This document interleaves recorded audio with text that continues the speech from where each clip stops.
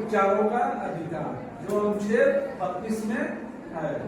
इसके पहले हम लोगों ने मौलिक अधिकार के विषय में पढ़ा था, और जैसे कल आए किस बारे में यही सब, इसलिए मैंने बताया, कोई बताया भी एक दो ये लगा कि उधर गए यार क्लास तो अच्छा लगा, हमारे लिए कोई कुछ जानते हैं, ये सब चीजें होती है। इसीलिए तो ये जो मैं पढ़ा रहा हूँ मौलिक अधिकार इतना इम्पोर्टेंट है कि किसी भी एग्जाम के लिए बाद में बहुत जरूरी है, इसलिए इसको मैं ज्यादा फोकस कर रहा हूँ, ठीक ना।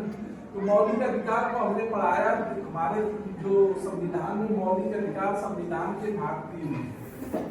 दूसरी बात यह है कि जितने हमको अधिकार मिले, कहीं स्वतंत्रता का अधिकार, समानता का अधिकार, शोषण के विरुद्ध अधिकार, धार्मिक स्वतंत्रता का अधिकार और शिक्षा और संस्कृति संबंधी अधिकार, और उसके बाद संवैधानिक उपचारों का अधिकार जो बेसिक है, जो संवैधानिक उपचारों का अधिकार है, इसका महत्व क्यों जानते हैं?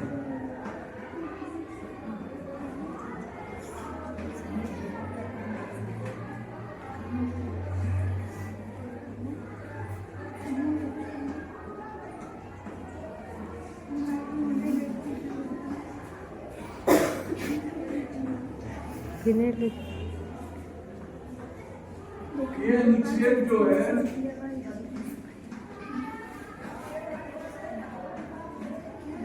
अनुच्छेद 32 में है। देखिए ये क्यों महत्वपूर्ण है?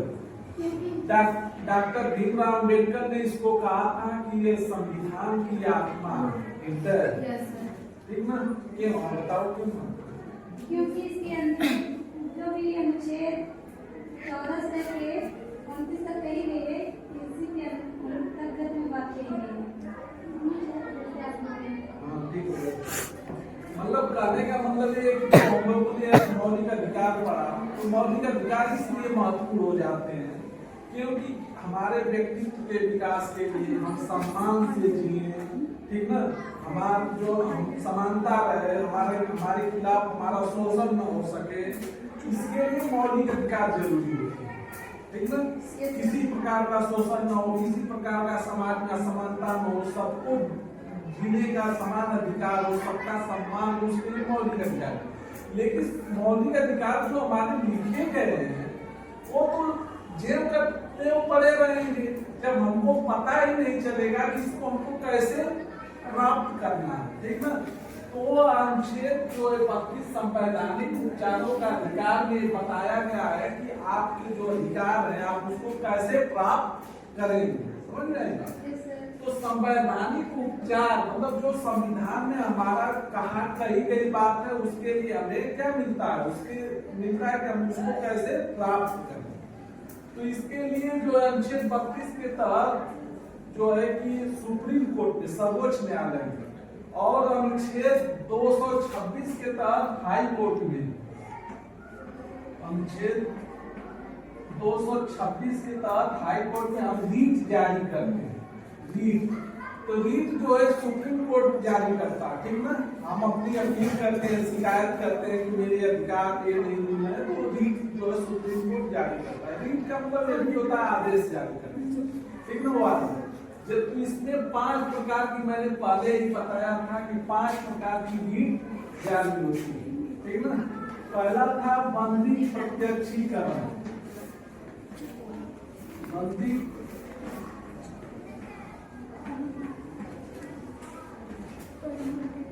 बंदी प्रत्यक्षीकरण, इसको इंग्लिश में बोलते हैं हाइबियस कार्पस।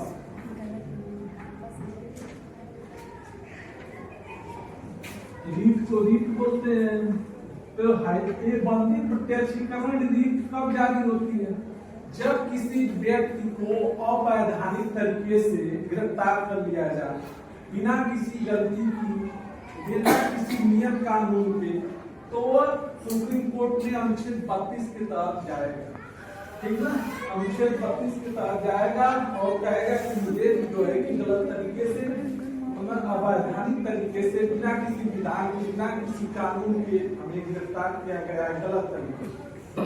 तो उसके लिए आदेश जारी होता है हाइडियस कार्पस या अपंडिक प्रत्यक्षीकरण, जिसमें कहा जाता है कि 24 घंटे के अंदर में उस व्यक्ति को मतलब जो मजिस्ट्रेट है उसके सामने प्रस्तुत किया जाए। अपंडिक प्रत्यक्षीकरण का मतलब जो बंदी है उसको प्रत्यक्ष रूप से, ऐसा नहीं कि वो कहीं जेल में या कहीं उसको गिरफ्तार करके रखा गया है और जो गिरफ्तार किया वो व्यक्ति जाकर बताए कि मैं क्यों उसको गिरफ्तार किया, नहीं, उस व्यक्ति को स्वयं वहां लाया जाए और उससे पूछा जाए और उससे पूछा जाएगा जिसने गिरफ्तार किया कि क्यों आपने गिरफ्तार इसको किए हैं। तो अगर वो सही प्रूफ नहीं कर पाएगा उस व्यक्ति को 24 घंटे के अंदर में क्या कर दिया जाएगा। अक्सर इसी में हम लोग देखते हैं कि कोई इस तरह की कोई शिकायत या कोई जाकर थाने में कुछ कर देता है तो पुलिस किसी को लेकर जाती है, लेकर जाएगी, रात भर रखेगी, सुबह छोड़ देती है बिना किसी का,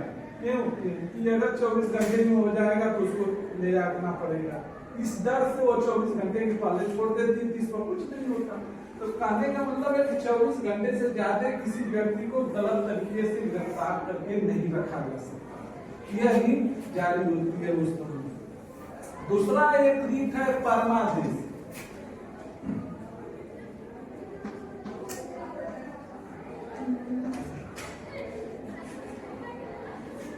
इसको अंग्रेजी बोलते हैं मैंडमस।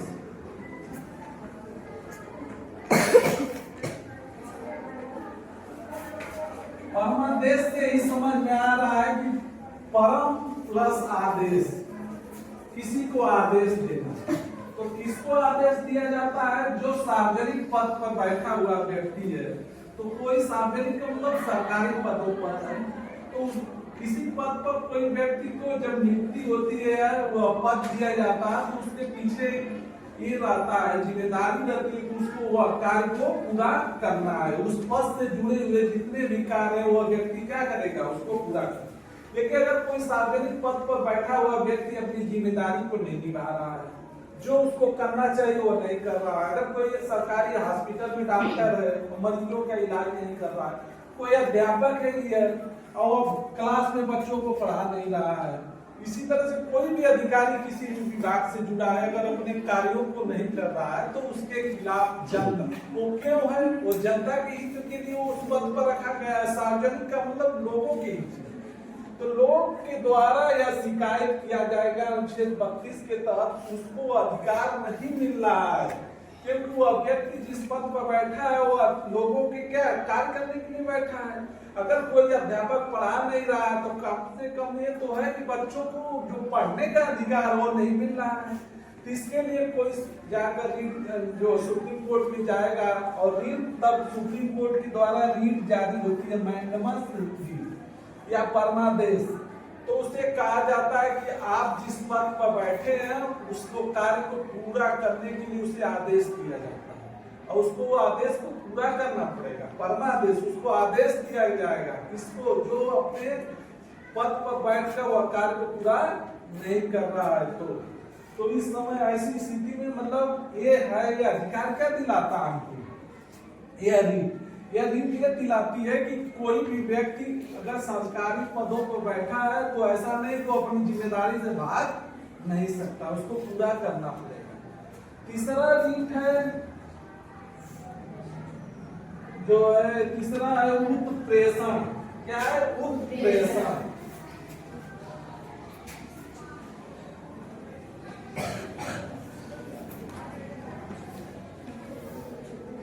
उत्प्रेषण को अंग्रेजी में कहते हैं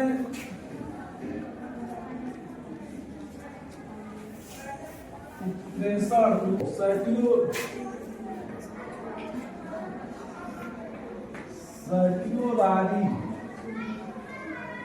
सर्टियोरारी बोलते हैं, ठीक ना, सर्टियोरारी भी मतलब कि इसमें उत्प्रेषण ये कहा जाता है, ये बेसिकली न्यायालय से जुड़ा हुआ है। जैसे सबसे नीचे जो जिला न्यायालय होता है, फिर हाई कोर्ट होता है, फिर सुप्रीम कोर्ट होता है, एक दूसरे के ऊपर एक नीचे।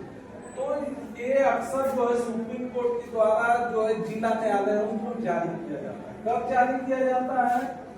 जब इनको ये पता चलता है कि जिला न्यायालय में कोई केस चल रही है और वह केस जो है तो ये बोला जाता है कि उसको क्या किया जाए, उसको ऊपर वाला न्यायालय कहता है वो आपके अधिकार क्षेत्र में नहीं, उसको ऊपर प्रेषित करें, ठीक ना। उसको अपने पास मंगाने के लिए यह रीट जारी होती है, उस प्रेषण की रीट जारी होती है, ठीक ना। कि जो रीट आप सुन रहे हो आप उसको ऊपर जो है न्यायालय में भेजे, मतलब जिला न्यायालय से हाई कोर्ट के द्वारा यह मंगा लिया जाएगा कि वो केस हमारे पास भेजा जाए या उसको कार्रवाई को प्रतिषेध होती है।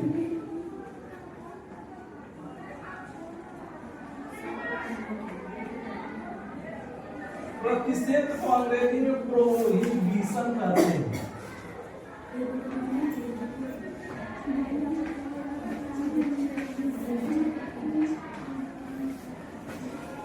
इसमें ये कहा जाता है कि जब देखा जाएगा कि कोई न्यायालय अपने अधिकार क्षेत्र से बाहर जाके कोई क्या कर रहा है, निर्णय दे रहा है, जबकि उसके निर्णय देने की वह अधिकार क्षेत्र में नहीं आ रहा है, तो उसको रोक लगाई जाती है। कहा जाता है कि जिस रीट को या जिस मुकदमे को आप सुन रहे हो उस पर रोक लगा, उस पर आप सुनवाई नहीं कर सकते। तब ये दोनों रीट उत्प्रेषण और प्रतिषेध जो है दोनों न्यायालय से जुड़ी हुई है। उत्प्रेषण में निचले वाले न्यायालय से कोई रीट को मतलब अपने पास मंगाई जाती है, ठीक ना। कोई मुकदमा है उसको उच्च न्यायालय अपने पास मंगा लेगा या सुप्रीम कोर्ट।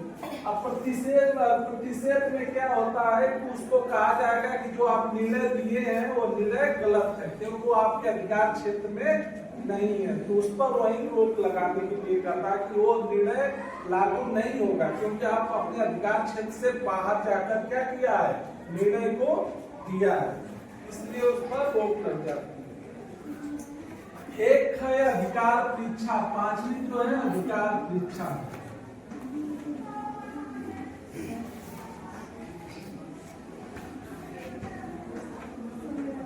अधिकार परीक्षा की नीति का मतलब होता है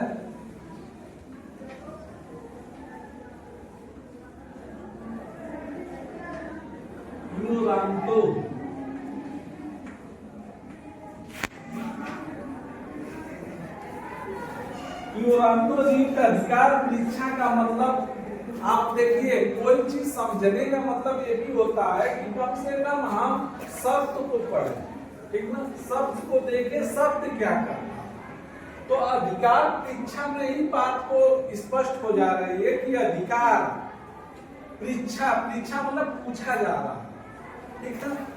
तो किससे पूछा जाता है, जब कोई गलत तरीके से किसी पद पर जाकर बैठ जाएगा, ठीक ना, कोई बन जाए कि मैं जिला का जो है कि डीएम हूँ या मैं एसपी हूँ या कोई छोटे से किसी भी पद पर, या कोई पुलिस बन के आ जाए, चाहे कोई बैठ जाए, कोई दरोगा बन जाए या कोई अध्यापक भी बन जाए, तो गलत तरीके से करो। तो अगर किसी को इस बात का आभास होता है कि यह बात सही नहीं है, तो उसके द्वारा जो है सुप्रीम कोर्ट में अनुच्छेद 32 के द्वारा कोई जाएगा और यह रीट जब जाएगा शिकायत किया जाएगा कि यह व्यक्ति गलत तरीके से इस पद पर बैठा हुआ है, तो सुप्रीम कोर्ट के द्वारा अधिकार परीक्षा की जो रीट जारी होगी, आदेश जारी होगा, ठीक ना। और इससे पूछा जाएगा कि आप किस अधिकार से इस पद पर बैठे हुए हैं, क्या पूछा जाएगा, आप किस अधिकार से इस पद पर बैठे हुए हैं। तो उसे प्रूव करना पड़ेगा कि मैं एग्जाम दिया, चाहे जो भी हो, मुझे यह नियुक्ति पत्र मिला तो मैं आया, उसकी पूरी जांच हो। अगर वो गलत है तो स्वाभाविक है कि पकड़ा जाएगा। तो इस तरह से गलत व्यक्ति किसी पद पर न जाकर बैठ जाए या उस पद को कार्य करने लगे जाकर, उसके लिए रीट जारी होती है, समझ में आएगा। तो अधिकार पूछा जाता है कि किस अधिकार से आप इस पद पर बैठे हुए हैं, तो कोई गलत व्यक्ति किसी पद पर जाकर कार्य न करने लगे, उसके लिए यह रीट जारी होती है। तो ये 5 प्रकार की रीटें हैं जिसको हम लोगों ने देखा। सबको मैंने बताया कि सब में कुछ न कुछ चीजें आपको मिलेगी।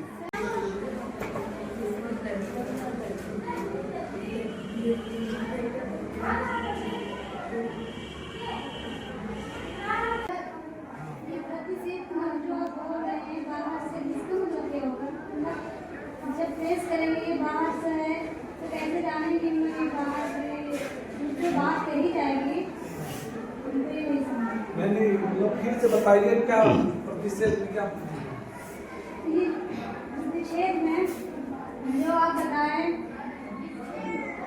बाहर से बात की जाती है और नहीं समझ में आ रही मतलब क्या कहने का मतलब हमने कहा कि ये प्रतिषेध वाली जो रीत होती है ये तब जारी होती है जब कोई जिला न्यायालय ठीक ना जब कोई जिला न्यायालय किसी कोई मुकदमा चल रहा है जो उसके सबका अधिकार क्षेत्र बना रहता है कि इस अधिकार का कार्य करने के लिए इसमें कितना करनी है जैसे अभी किसी को मृत्यु दंड देना है तो कोई जिला न्यायालय के द्वारा दिया जाएगा तो किस लिए कितना दिया जाएगा ये सब चीजों का निर्धारित होता है ठीक ना कितनी सजा और किस प्रकार की केस वहाँ पर सुनी जाएगी ये न्यायालय का सब अपना लिखित चीज है ठीक ना तो अगर कोई इस तरह की रीत जारी कर दिया प्रतिषेध के द्वारा तो जिसके खिलाफ जारी होगी उससे लगेगा ये जो रीत जो इन्होंने दिया है ये इसके अधिकार क्षेत्र में नहीं है या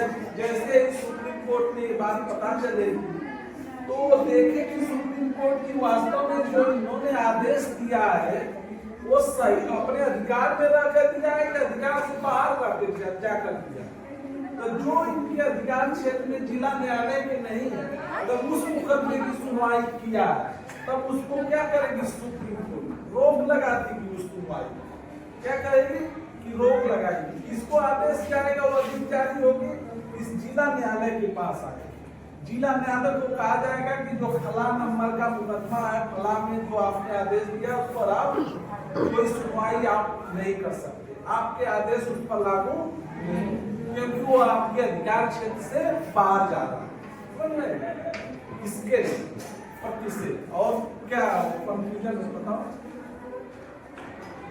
खुद कर बोलो ना सर ये बाहर जा रहा है ये हमको नहीं समझ आ रहा है क्यों बाहर जा रहा है मतलब अधिकार के समझ गए कहने का मतलब ये है कि ये विद्यालय है इस विद्यालय में पढ़ाई लिखाई हो रही है टीचर को है कि कोई किसी सब्जेक्ट को पढ़ा रहा है हर सब्जेक्ट के लिए अपना एक विषय टीचर लगाए गए हैं तो अगर कोई टीचर मान लीजिए उस तरह से दूसरा सब्जेक्ट जाकर पढ़ा रहा है वो अलग चीज है ठीक से पढ़ा रहा है लेकिन आपको कोई टीचर बार बार आकर अपना सब्जेक्ट न पढ़ाकर दूसरे को पढ़ाए दूसरा सब्जेक्ट पढ़ाए और उस पर कहे कि ये काम करो वो काम करे तो प्रिंसिपल को आपत्ति हो सकती है ना कि आप अपना ही सब्जेक्ट पढ़ाएंगे दूसरे सब्जेक्ट को नहीं पढ़ा सकते क्योंकि आपकी नियुक्ति आपके सब्जेक्ट के लिए समझ रहे बात तो रोका जाएगा ना उसी तरह से जो प्रतिषेध की रीत जारी होगी तो कहा जाएगा कि मतलब मेरे कहने का मतलब वो न्यायालय का विषय है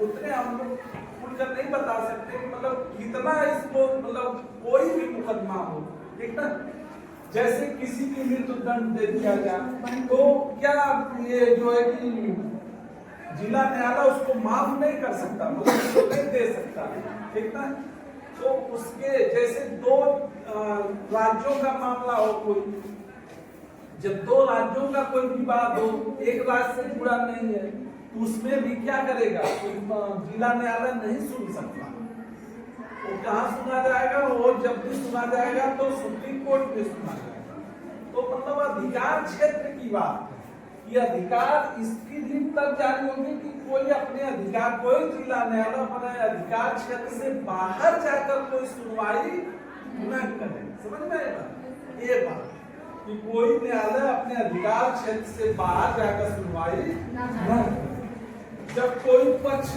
इससे संतुष्ट नहीं होता है तो न्यायालय में सुप्रीम कोर्ट जाएगा उस बात को अनुच्छेद 32 के तहत तो सुप्रीम कोर्ट ऐसा नहीं कि जैसे वो व्यक्ति सुप्रीम कोर्ट अनुच्छेद 32 के तहत जाएगा और तुरंत उसके केस पर रोक लगा दी जाएगी ऐसा नहीं सुप्रीम कोर्ट उसको देखेगा कि हाँ जो व्यक्ति ने शिकायत किया वास्तव में ऐसा है क्या कि वो अपने आदेश से अपने अधिकार क्षेत्र से बाहर जाके जिला न्यायालय क्या कर रहा है कोई सुनवाई कर रहा है जब उसे लग जाएगा तो रोक लगा दिया जाए समझ में आई बात उत्प्रेषण में ये है कि जब कोई लगेगा कि केस के बाहर की है, वहाँ जो सुनवाई चल रही है उस बीच में इस सुनवाई को रोक कर क्या कर दिया जाए, अपने पास मंगा देना, ठीक ना।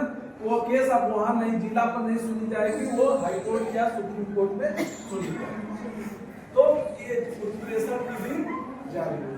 तो दोनों न्यायालय से जुड़ा हुआ है, उत्प्रेषण और प्रतिषेध। कोई मुकदमा अधिकार क्षेत्र को लेकर है या कोई जब उच्च न्यायालय, हाई या सुप्रीम कोर्ट द्वारा किसी मुकदमे को निचले अदालत से अपने पास जब मंगाया जाता है तो अब परमादेश, हमने कहा परम आदेश आदेश है। क्या आदेश है कि कोई सरकारी पद पर बैठा हुआ व्यक्ति अपने पद को, अरे अपने कार्य को क्या करे, पूरा करे, आदेश जारी होता है, ठीक ना। अब बंदी प्रत्यक्षीकरण में जो बंदी है, प्रत्यक्ष मतलब सामने, प्रत्यक्षीकरण मतलब बंदी को सामने क्या करो, प्रस्तुत करो, ये आदेश जारी होता है। जो भी वहाँ का मजिस्ट्रेट होगा उसके सामने प्रस्तुत करना पड़ेगा 24 घंटे के अंदर। कब होगा भाई, अगर वो गलत तरीके से गिरफ्तार है तो नहीं भी है, अगर किसी ने गया है, इसके रीट जारी करवाया है सुप्रीम कोर्ट जाकर, तो उसको बुलाया जाएगा 24 घंटे के अंदर, उसको प्रस्तुत करो। फिर उसके विषय में उससे पूछा जाएगा कि किस आधार पर इस व्यक्ति को अरेस्ट की हो। अगर वो सही से प्रूव कर देगा तो बात ही है, तब तो अरेस्ट रहेगा ही। लेकिन अगर जैसे ही पता चलेगा कि गलत, इसका यह हाइबियस कॉर्पस की रीट जारी करने का मेन मकसद ये है कि किसी व्यक्ति को गलत तरीके से गिरफ्तार करके न रखा जाए, क्योंकि उसके साथ क्या है, उसकी स्वतंत्रता समानता के साथ क्या है, ये तो खिलवाड़ हो रहा है ना। कि किसी से कोई पद पर बैठकर कोई व्यक्ति प्रशासन के द्वारा किसी से कोई दुश्मनी निकालने के लिए उसे बंद कर दे, मनमानी करने लगे, तो कोई पुलिस प्रशासन मनमानी न कर सके, किसी के साथ कोई अन्याय न हो। ये बहुत ही बेसिक जो है रीट होती है बंदी प्रत्यक्षीकरण, ताकि इसके साथ किसी के साथ अन्याय नहीं हो सकता, किसी को कोई आरोप लगाकर उसे आप गिरफ्तार नहीं कर सकते। क्यों? क्योंकि 24 घंटे के अंदर उसे एक मौका मिलता है। क्या मिलता है? मौका, अपनी बात को रखने का कि मुझे क्यों गिरफ्तार किया गया। ऐसा नहीं कोई वही व्यक्ति केवल अपनी बात को रखेगा, वो अपनी तरफ से अपना वकील भी रख सकता है, वो उसकी बात को रखेगा, तो प्रूफ हो जाएगा कि नहीं एक गलत अरेस्ट किया गया तो छोड़ दिया जाएगा। अधिकार परीक्षा और परमादेश में हम लोग देख रहे हैं कि करीब करीब बातें मतलब एक दूसरे से, ये जब कोई सार्वजनिक पद पर सही मतलब वैधानिक तरीके से बैठा है, लेकिन कार्य को जब पूरा नहीं कर रहा है तो उसे पूरा करने के लिए आदेश जारी होगा। अधिकार परीक्षा में क्या है, जब कोई व्यक्ति बैठा तो उसे पूछा जाएगा कि इस पद पर आप कैसे बैठे हैं, ठीक ना, कहीं गलत तरीके से तो नहीं बैठे हैं। तो अगर वो प्रूफ नहीं कर पाएगा तो उसको पद से हटाया जाएगा नहीं, तब ये रीट जारी होती है। तो समझ में आई बात, 5 रीटें जारी होती है। अब किसी को कंफ्यूजन कोई नहीं है, सबको समझ में आ गया?